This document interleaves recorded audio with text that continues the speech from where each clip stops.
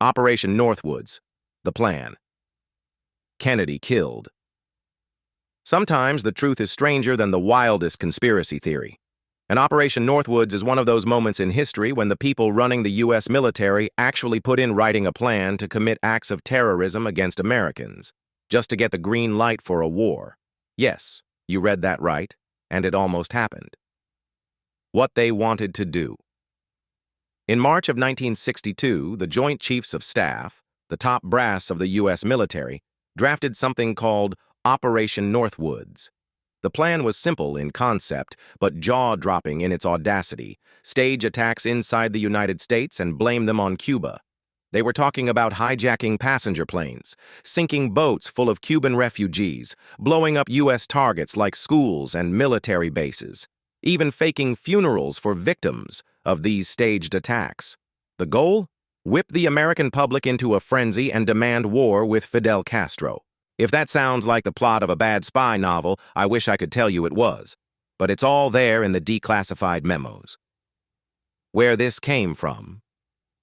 Northwoods wasn't some rogue officer's fantasy. It was tied directly to the larger Cuba project, better known as Operation Mongoose, a CIA-driven push to get rid of Castro after the Bay of Pigs disaster. The chairman of the Joint Chiefs at the time, General Lyman Lemnitzer, and his colleagues signed off on it and sent it to Defense Secretary Robert McNamara. It was serious. This wasn't brainstorming on a cocktail napkin. It was an official, typed-up, Pentagon-approved proposal. Kennedy's response. Here's where things get interesting, and frankly, a little chilling. President John F. Kennedy didn't hesitate. He shut it down.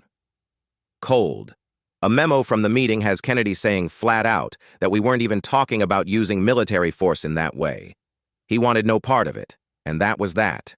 Lemnitzer didn't last long as chairman after that. Kennedy moved him out the next year, though he did bump him up to NATO commander.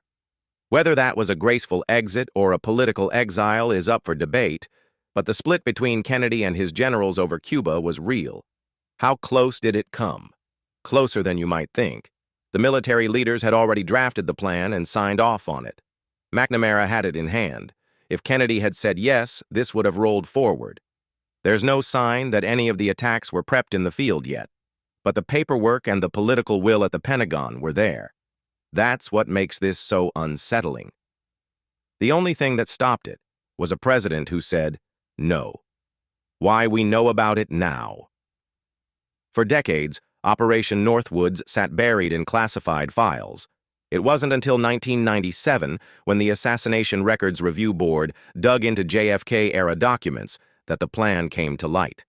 And it wasn't until James Bamford's 2001 book Body of Secrets that the wider public really grasped just how outrageous it was. When Bamford got his hands on the memos, he didn't mince words. He called it a plan for the U.S. government to kill innocent people and commit acts of terrorism in U.S. cities as a pretext for war. That's not a paraphrase. That's exactly what it was. Why this matters. I'll be honest. Reading those memos for the first time shook me. Not because I'm naive about government shenanigans, but because of how far along the plan got. This wasn't barstool talk. This was the Joint Chiefs of Staff in a Cold War mindset, willing to break every rule to win. And here's the takeaway for me. The only reason it didn't happen was because a single president said no. That's both comforting and terrifying. Comforting because the system held. Terrifying because it was that close to not holding. A chilling line from the memos. One of the internal documents actually spelled out the plan for a ship in harbor, large fires, sink ship near harbor entrance, conduct funeral for mock victims. They weren't even shy about it. Just bullet-pointed domestic terror plans filed neatly with the Pentagon. Letterhead. The lesson. Operation Northwoods is one of those moments that should make us question everything we're told about necessary wars. If the Joint Chiefs could try this in 1962, what else might have been considered, or even carried out, when the stakes were high and the pressure was on? Kennedy didn't just dodge a bad idea. He stopped the United States from crossing a moral line that, once crossed, we could never uncross. If you want to see the actual documents, they're declassified and online, And once you read them, you might start to understand why so many people side-eye official narratives from Washington, especially when the drums of war start beating. Sometimes the craziest conspiracy theories turn out to be true. Operation Northwoods is proof.